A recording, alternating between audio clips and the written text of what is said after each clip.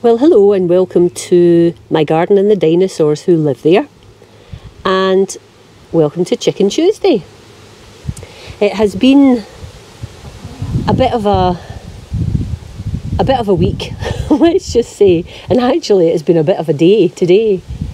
And these two girls are the two that have been heavily involved in it all.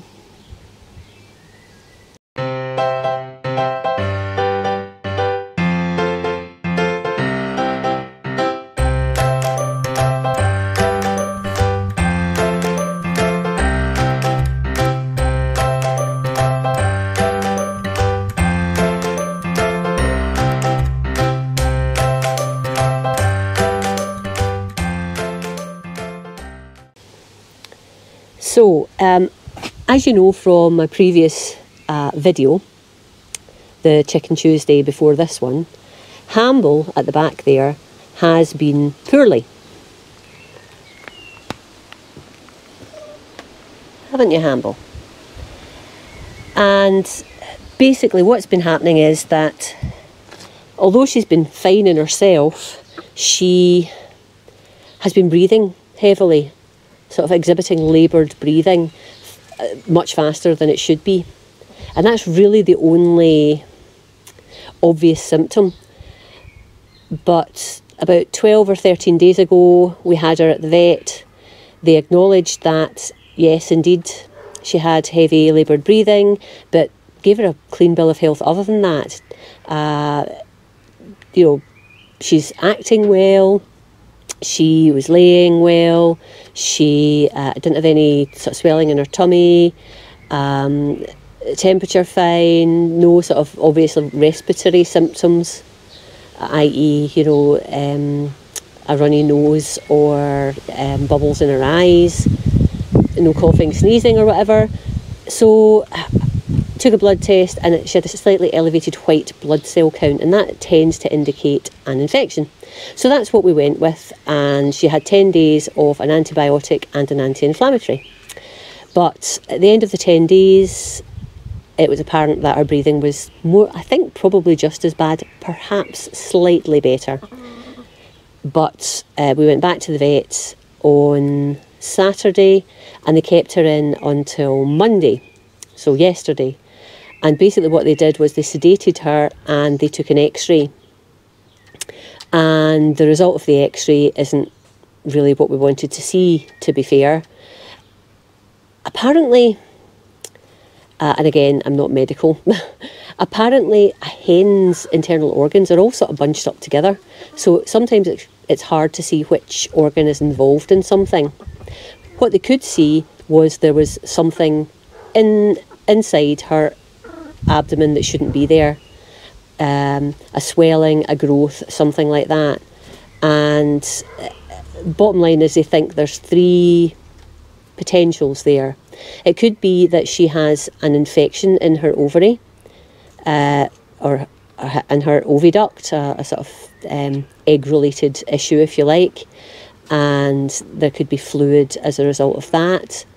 The second option is that there could be a tumour on an ovary, and the third option is that she might have an inflammation of an internal organ. They're thinking maybe her liver is another possibility. So to basically get down to the bottom of it, they have taken another blood test, and this one gets sent away to a lab, so it takes 5 days for it to come back, and that should give us more information about what we're looking at here. Unfortunately, it's not necessarily going to be a great result for Hamble. If it's her liver, apparently we could, I don't know whether resolve it. We didn't really go into great detail in all of them until we know, but I think that with the liver, we could potentially give her some medication to help that. If it is an infection, it's probably a bit like what Beryl had, and I'll pop up a link to the challenges that we had with Beryl. And if it's that, Beryl got through a really bad time, but we then gave her an implant to stop her laying, and that sort of seemed to, that's calmed everything back down again now, and she's a happy, healthy girl. And that's maybe a possibility for Hamble. If it is something to do with an infection in her oviduct or ovary, then if we stop her laying, then that might be enough. If it is a tumour, then unfortunately there's nothing really that can be done as far as I'm aware. It would just be a case of palliative care, keeping her happy until such a time as her quality of life wasn't good enough. So yeah, it's quite a sad series of potential diagnoses there, particularly the latter one. So I'll know in a few days' time what we are dealing with, and then we'll just deal with it then. But for now, she's happy to be home, very happy to be home. Unfortunately, she's come home with meds. She's now got 2 lots of antibiotic to be given and an anti-inflammatory. So that's like 3 syringes full of liquid morning and evening. And she does get stressed when she's being handled. It's a shame, but we've got to give her the meds. So we're investigating ways of hiding it and things. Like tonight, we had a couple of syringes worth in some little bits of bread, and she manages to take those. But the third lot, I think one of the antibiotics tastes a bit rotten, as far as I can tell. And well, they probably all do, but this one particularly. And we had to sort of squirt the rest of that into her. So we have to continue with these meds until such time as we work out, we get the blood test back and see what the options are. The vet isn't writing her off yet, and I'm not writing her off yet, but it's sort of tough to be uber positive, but we'll see. Anyway, that is Hamble, and as I say, for now, she's a happy girl. What else has happened though, and that's just happened tonight, Matilda, who you see there, who is broody. If I just try and get closer, I know she's preening. Try and have a look at her comb. Now her comb's quite shrunk because she is broody and she's not laying at the moment, and it shrinks down. But, yeah baby, but what you might be able to see is that she's got a little bit of blood on her comb. And that is because she was in a bit of a fight. She was in a bit of a to-do with this lady here, Edith. Because Edith has performed a coup and Edith has decided that she wants to be top hen, which is the position that up until about an hour ago Matilda held.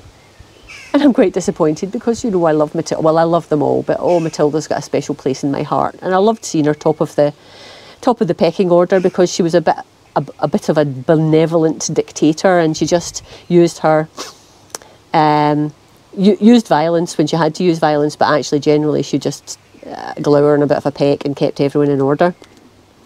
But anyway, for some reason it all kicked off when I brought them out this evening, and Edith and Matilda had a good go at each other, and eventually Matilda ran.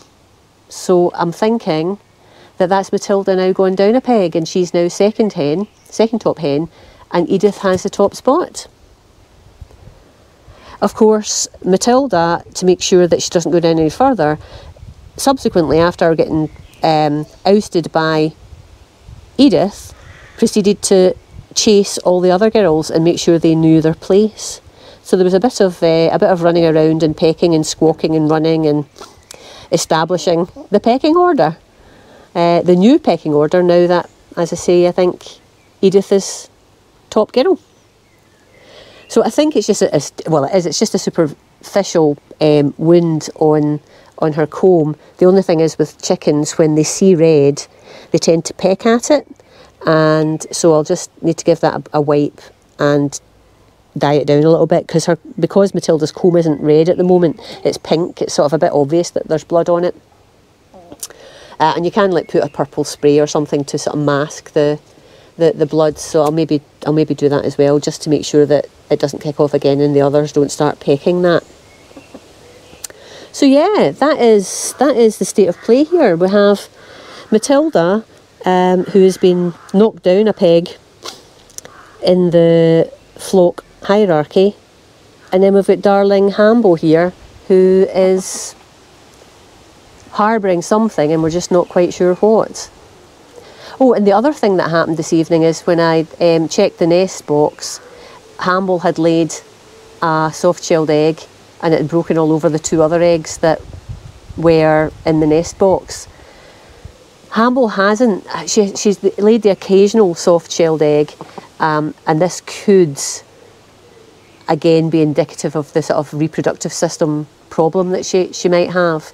Or it might just be the fact that she's stressed because she's been away for a couple of days and she's been sedated. And in fact, what they had to do when they x-rayed her, because there was an egg part of the way through her oviduct, they actually had to extract that before they took the x-ray because the egg was in the way. And that can't have been, well, she was sedated, but, you know, so that happened. And then a couple of days later when she came to lay another egg, it was soft-shelled. So it could just be that, and she could just get back into laying normally again. And so it might not be as a result of what's going on inside her. Anyway, I don't know, but I will let you know as soon as I do. But for now, yeah, there's darling Hamble, just chilling out up there. I'm trying, it's hard to see her breathing when she's perching like that. You'd really see her breathing fast when she's sort of sitting on the floor somehow, and then you can see her rocking, and that's when it's obvious how fast she's breathing. So I can't really tell just looking from here. So I'll check that out later and see how she is in that front. But yeah, I don't know whether I explained, because I'm I'm firing all sorts of things in here. The reason that she is breathing fast is that whatever is growing inside her, whether it's fluid or whether it's the inflammation or the tumour or whatever, it's pressing a bit on her lungs and her air sacs, which are sort of additional things that help the chickens to breathe. So that's why she's got the heavy breathing. Oh, what happened there? I think that might have been, oh, that's Matilda, who's now going around asserting her authority on the girls that are below her in the pecking order. Hello, Beryl. And hello, Emily. It's a bit of an evening, isn't it? Yes, it's a bit of an evening. Hello, Beryl, darling.